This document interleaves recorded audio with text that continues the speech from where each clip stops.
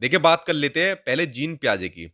पहला क्वेश्चन तो इसमें यही हो गया जो काफी काफी बार पूछा जा चुका है कि जो जीन पियाजे थे इन्होंने संज्ञानात्मक विकास का सिद्धांत दिया था, कॉग्निटिव डेवलपमेंट थ्योरी दी थी। देखिए मेरी आप लोगों से एक रिक्वेस्ट है, जो आप सीडीपी या साइकोलॉजी के अंदर जो पढ़ते हो टर्म्स को उनको इंग्लिश में पढ़ा करो, क्योंकि हिंदी के अंदर एक ही चीज के कई सारे नाम दिए होते हैं। जैसे संज्ञानात्मक विकास का सिद्धांत है, इसके अलग अलग नाम दिए हुए हिंदी में।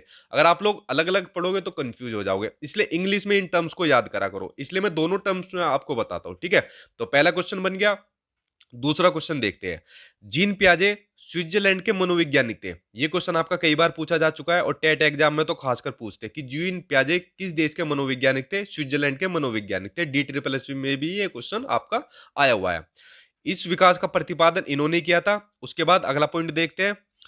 इन्होंने अपने बच्चों और आस पड़ोस के बच्चों पर संज्ञान यानी कोग्निटिव या ज्ञानात्मक या फिर मानसिक विकास का अध्ययन किया था। देखो जीन पियाजे ने अपने बच्चों पर ही एक्सपेरिमेंट कर दिया। 3 बच्चे थे इनके, उन पर इन्होंने इसका एक्सपेरिमेंट करके अध्ययन किया था। हालांकि काफी आलोचना इनकी हुई थी, लेकिन क्या करें, इसी तरीके के ये थे, ठीक है। तो ये आपका बन गया कि ज्ञानात्मक, संज्ञान और मानसिक विकास का अध्ययन इन्होंने किया था इस सिद्धांत के अंदर। उसके बाद आगे देखते हैं। इस सिद्धांत को विकासात्मक सिद्धांत और अवस्था का सिद्धांत भी कहा जाता है, ठीक है। कभी कभी पूछ ले जाता है कि अवस्था का सिद्धांत किसको कहा जाता है, तो संज्ञानात्मक विकास के सिद्धांत को ही कहा जाता है, ठीक है। अवस्थाओं का सिद्धांत क्यों कहते हैं, इसके बाद जो इसमें अवस्थाएं बताई हुई है वो महत्वपूर्ण है, ठीक है। इसलिए मैं कहता हूं इंग्लिश में टर्म्स याद करिए। उसके बाद आगे पढ़ते हैं इनके बारे में। देखिए उसके बाद है इसमें, पियाजे का मानना है कि जैसे जैसे बच्चे में जैविक परिपक्वता यानी बायोलॉजिकल मैच्योरेशन आती है, वैसे वैसे वह वस्तुओं के बारे में अपने दिमाग में कंसेप्ट बना लेते हैं। अब देखो इसको एग्जांपल से मैं आपको समझाता हूं। जीन पियाजे ऐसा क्यों मानते थे। देखो यहां पर आपको एक फोटो दिख रही है, ये अंडरटेकर है, डब्ल्यूडब्ल्यूई में एक रेसलर है। जब आप लोग छोटे होंगे या मैं भी छोटा था, तो उस टाइम पर एक कंसेप्ट बना हुआ था कि अंडरटेकर मर गया और मरने के बाद दोबारा जिंदा होकर फाइट करने आ गया। तो एक बार नहीं है, 3 बार मरा और 3 बार फाइट करके वापस आ गया। अच्छा एक बात बताओ, अगर कोई आदमी मर गया तो क्या पॉसिबल है वो जिंदा होकर वापस आ जाएगा, वो भी 3 बार? नहीं। लेकिन ऐसे कुछ कंसेप्ट बना लिए थे हमने अपने माइंड के अंदर। लेकिन जैसे जैसे हम मैच्योर होते चले गए, बड़े होते चले गए, हमारे अंदर एक कंसेप्ट बन गया कि भाई मरा हुआ आदमी कभी भी जिंदा नहीं हो सकता, ठीक है। तो यही सब चीज के अंदर जीन पियाजे ने अपने पूरे एक्सपेरिमेंट किए थे, अपना पूरा अध्ययन किया था और इन्हीं सभी चीज को बताया था कि भाई जो विकास होता है यानी जो डेवलपमेंट होता है, पहले विकास होता है उसके बाद लर्निंग आती है। ये क्वेश्चन आपका कई बार सीटेट के एग्जाम में पूछा जा चुका है, ठीक है। पहले क्या होगा, आपका विकास होगा यानी डेवलपमेंट होगा, और उसके बाद होगा आपका लर्निंग यानी कि अधिगम, ठीक है। क्योंकि एक और मनोवैज्ञानिक थे लेव वाइगोत्स्की, उनके अंदर और जीन पियाजे के अंदर मेन डिफरेंस यही था।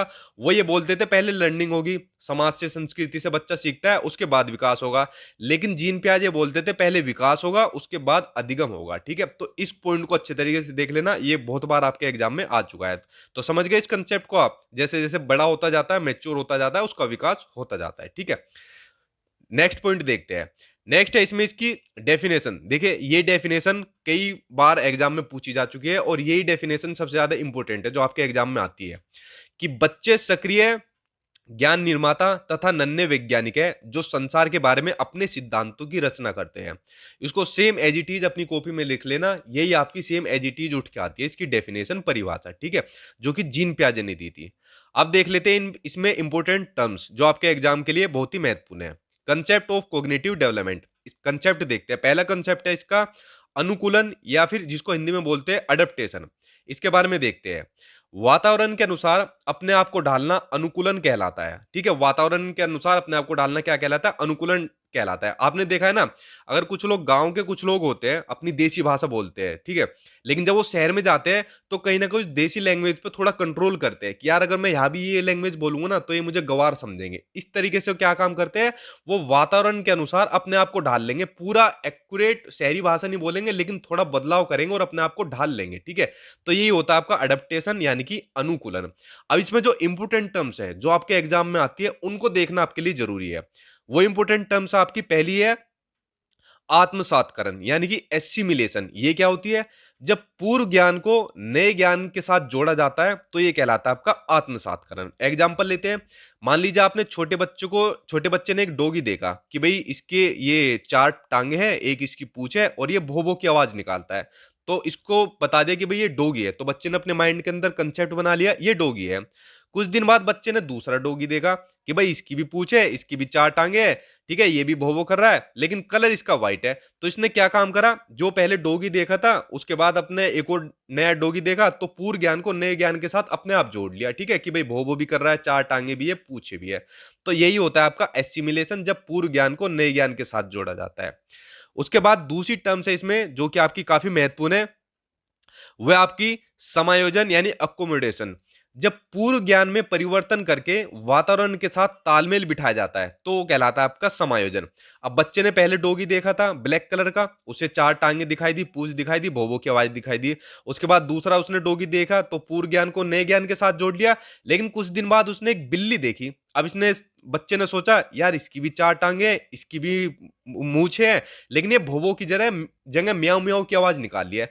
तो बच्चे ने अपने पूर्व ज्ञान में परिवर्तन करा कि भाई जरूरी नहीं है जिसकी चार टांगे होगी या जो जिसकी मूछ होगी वो डॉगी होगा, वो बिल्ली भी हो सकती है, वो शेर भी हो सकता है। तो उसने क्या काम करा, उसमें पूर्व ज्ञान में परिवर्तन करके वातावरण के साथ तालमेल बैठा लिया, ठीक है, ये होता है आपका समायोजन।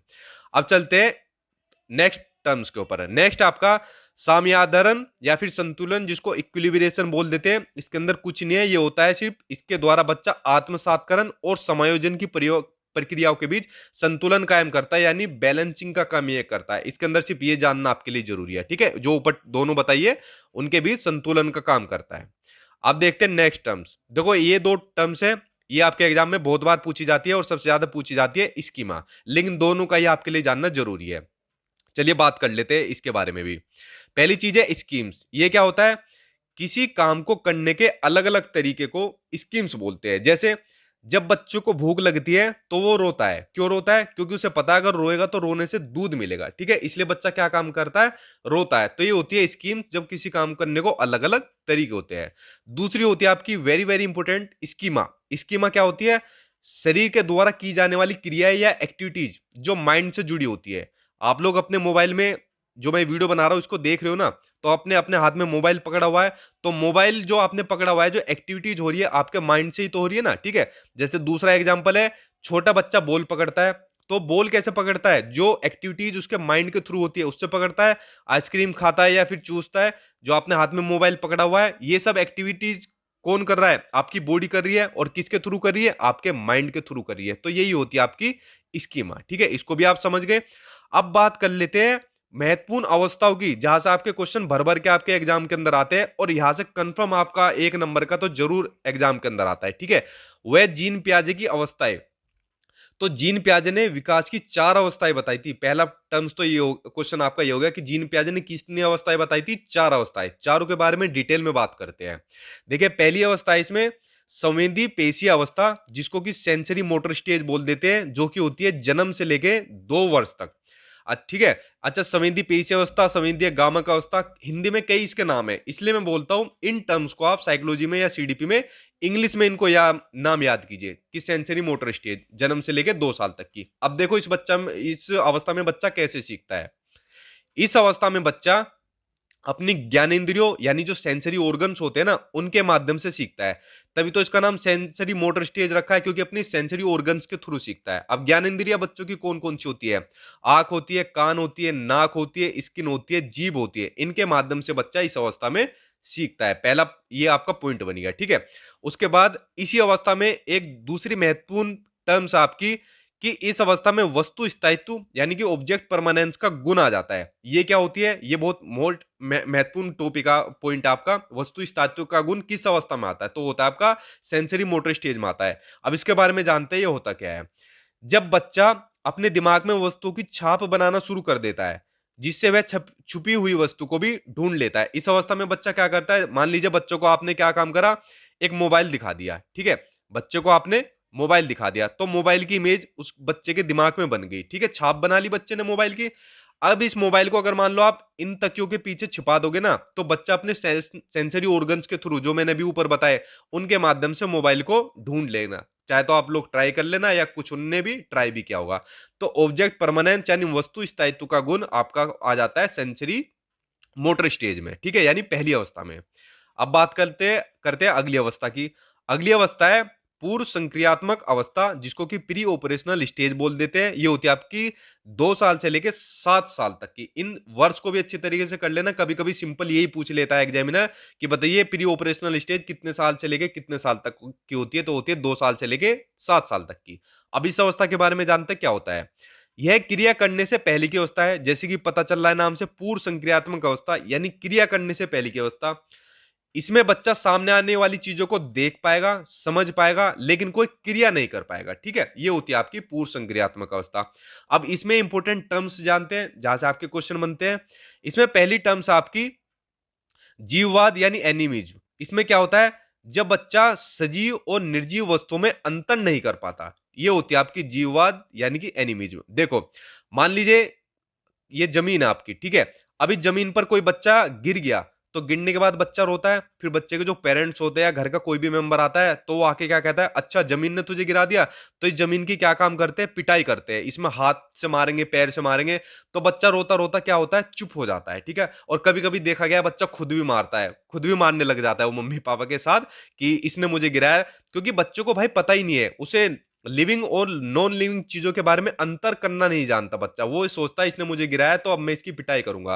अगर मान लीजिए गेट से बच्चे का पैर टकरा जाएगा, चोट लग जाएगी, तो फैमिली मेंबर आके गेट को मारेंगे कि तूने कैसे मार दिया इसको। ठीक है, तो बच्चा भी देख लेना कभी गेट को मारेगा या चुप हो जाएगा, फिर वो रोता नहीं है बच्चा, क्योंकि उसे सजीव और निर्जीव चीजों के बारे में पता नहीं है। तो ये कौन सी अवस्था में होता है आपका जीववाद, ये पूर्व संक्रियात्मक अवस्था में होता है। पहली चीज हो गई। उसके बाद दूसरी टर्म्स देखते हैं। दूसरी आपकी अहम केंद्रित।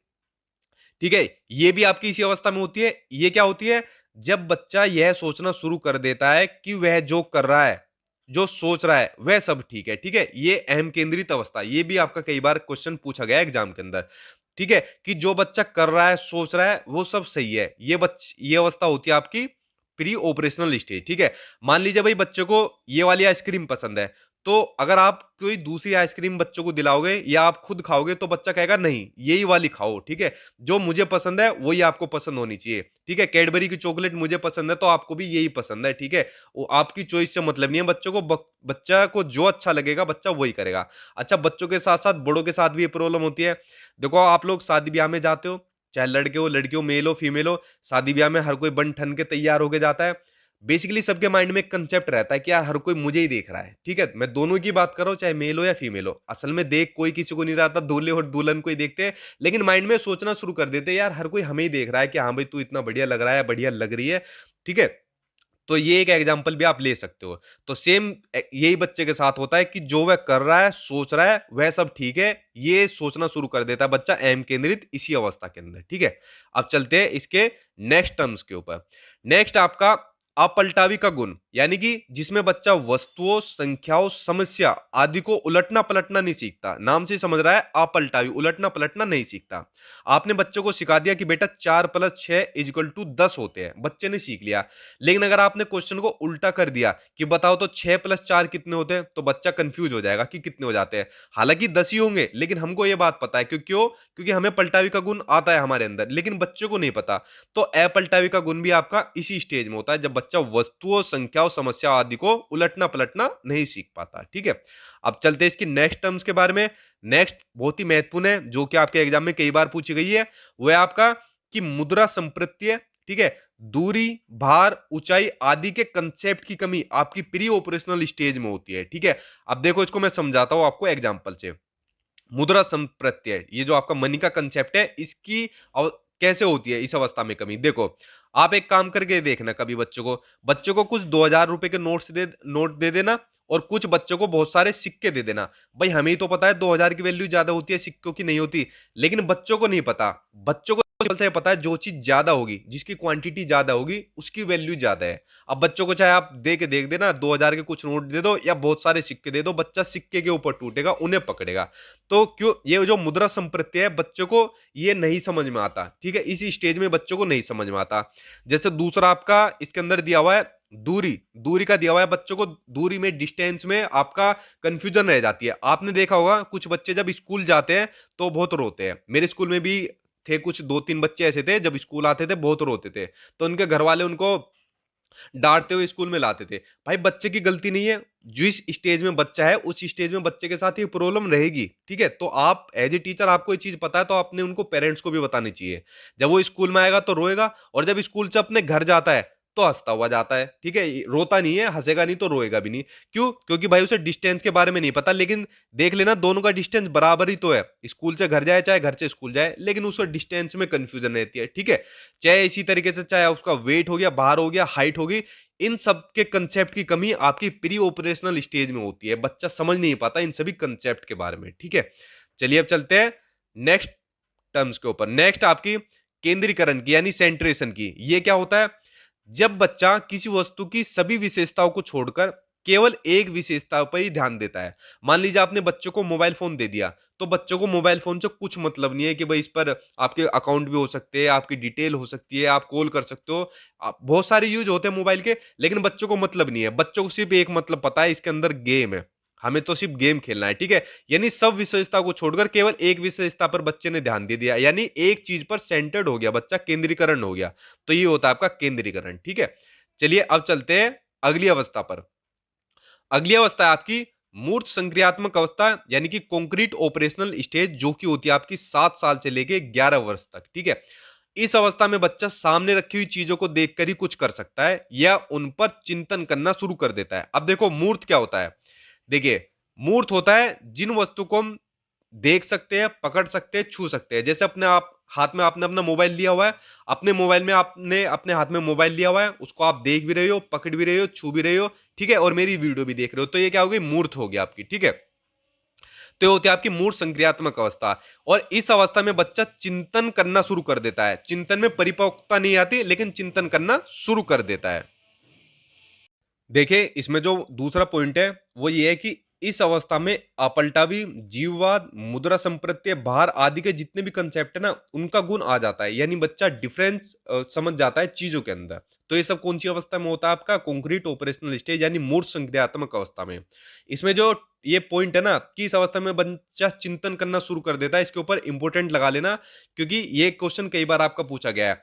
चिंतन में परिपक्वता नहीं आती, लेकिन चिंतन करना स्टार्ट कर देता है आपका मूर्त संज्ञात्मक अवस्था में, ठीक है। अगला पॉइंट है इसमें आपका आगमनात्मक तर्कना यानी इंडक्टिव रीजनिंग। आपने दो विधियां पढ़ी होगी, एक तो पढ़ी आपकी आगमन विधि, इंडक्टिव मेथड, ठीक है, दूसरी पढ़ी आपने निगमन विधि। ये दोनों विधियां क्या होती है? आगमन विधि में इसमें पहले एग्जाम्पल यानी उदाहरण दिए जाते हैं, फिर नियम बताए जाते हैं। निगमन विधि में सेम इसका अपोजिट होता है, इसमें पहले नियम बताए जाते हैं बच्चों को, फिर एग्जाम्पल दिए जाते हैं। तो जो इंडक्टिव रीजनिंग होती है, इंडक्टिव रीजनिंग आपकी किस में होती है? मूर्त संक्रियात्मक अवस्था में होती है, ठीक है। यानी कि जब बच्चा उदाहरण के ऊपर आधारित होकर तर्क करने लगता है। कैसे? फॉर एग्जाम्पल मैं आपको बताता हूं। हमने बच्चे से पूछा कि बेटा बताओ पेड़ जरूरी है या नहीं, तो बच्चा कहेगा कि सर पेड़ हमारे लिए बिल्कुल जरूरी है। क्यों? क्योंकि इससे हमें ऑक्सीजन मिलती है, ठीक है। तो बच्चों को हमने पहले एग्जाम्पल दिया पेड़ का, ठीक है, चाहे पेड़ की फोटो दिखाई, वीडियो दिखाई, या सामने उसके एज इट इज पेड़ के सामने हम उसको ले गए।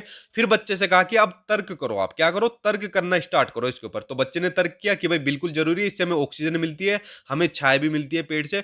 तो जो इंडक्टिव रीजनिंग है ये भी होता है आपका मूर्त संक्रियात्मक अवस्था में। तो फ्रेंड्स ये 3 स्टेज थी जो मैंने आज की वीडियो में बताई है। अब आपकी रह क्या गई? एक तो आपकी 4th स्टेज रहेगी, और जितने भी इंपोर्टेंट क्वेश्चन आंसर है जो आज तक आपके जितने भी एग्जाम हुए उसमें आपके पूछे गए, उन सभी को मैं आपके नेक्स्ट वीडियो में बनाऊंगा पार्ट 2 में।